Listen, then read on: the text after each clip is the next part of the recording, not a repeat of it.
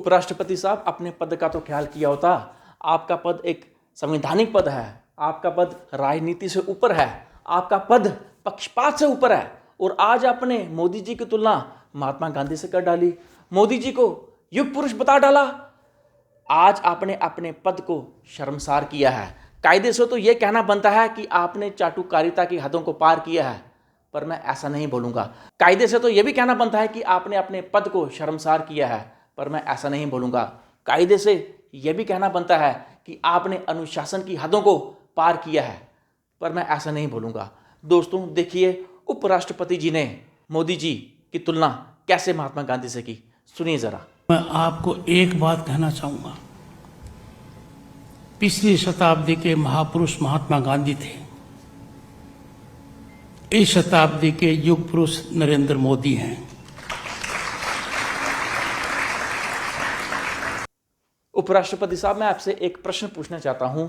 आज आपने मोदी जी की तुलना महात्मा गांधी जी से की। आपको पता है मोदी जी जिस पार्टी से आते हैं उसके सांसद, उसके पार्लियामेंटेरियंस आए दिन महात्मा गांधी को कोसते हैं, उनको गाली देते हैं और उनके हथियारे नथुराम गोडसे का गुणगान करते हैं, उसको हीरो बनाते हैं, उसकी पूजा करते हैं, यहाँ तक कि उसका मंदिर बनाया है। और आपने प्रधानमंत्री मोदी की तुलना महात्मा गांधी से कर डाली। आपको पता है महात्मा गांधी कौन थे? जब हमारे देश को आज़ादी मिली तो महात्मा गांधी ने हिम्मत दिखाई, उन्होंने बोला कि ये आज़ादी अधूरी है। आपको पता है जब हमारे देश के लोग आज़ादी का जश्न मना रहे थे तो महात्मा गांधी उस इलाके में थे जहाँ सांप्रदायिक दंगे हो रहे थे, वो दुखी थे, वो ये कह रहे थे कि आज भी हमारे लोगों के दिलों से खटास नहीं गई। उन्होंने कभी भी अपने सिद्धांतों के साथ समझौता नहीं किया। और प्रधानमंत्री मोदी अपने मित्रों पे इतने मेहरबान हैं कि आए दिन उनकी खातिर अपने सिद्धांतों को ताक पर रखते हैं। और आपने प्रधानमंत्री मोदी की तुलना महात्मा गांधी से कर डाली। दोस्तों, मोदी के महिमा मंडिल के लिए बीजेपी के लोग हमारे भगवानों तक का अपमान कर रहे हैं। क्या मोदी जी हमारे भगवानों से ऊपर हैं? क्या मोदी जी भगवान हैं? इस पर मैं बाद में आऊँगा।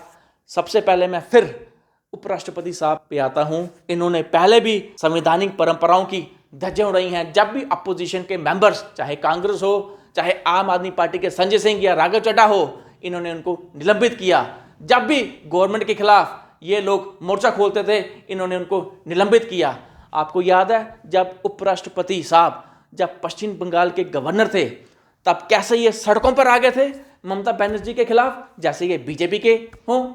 इन्होंने अपने पद का आज अपमान किया है, चाहे इनका पद गवर्नर का रहा हो, चाहे आज उपराष्ट्रपति का पद हो, इन्होंने उस पद की गरिमा को खत्म किया है। दोस्तों, बीजेपी के लोग मोदी की महिमा मंडल करने के लिए ये हमारे भगवानों तक का अपमान कर रहे हैं। आप ये तस्वीर देखिए, ये श्री वेंकटेश्वरा की है।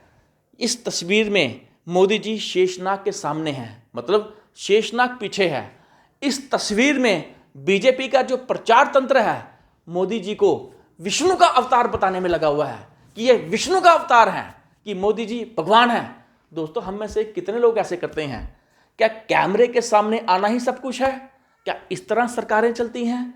क्या इस तरह लोगों के वेलफेयर के काम होते हैं? क्या इस तरह देश चलता है? मजाल है साहिब और कैमरा के बीच में कुछ आ जाए। आप यहाँ देखिए, जब मोदी जी श्री वेंकटेश्वरा जा रहे थे तो किस तरह कैमरामैन पीछे से भागते हुए आ रहे हैं और मोदी जी को चारों तरफ से उनको कैप्चर किया जाता है।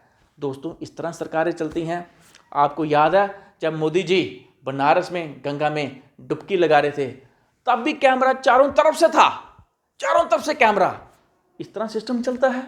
याद कीजिए केदारनाथ, जब मोदी जी और कैमरा के बीच में उस मंदिर के पुजारी आ गए तो किस तरह एक हाथ आता है और उस पुजारी को धक्का मारते हुए पीछे करता है।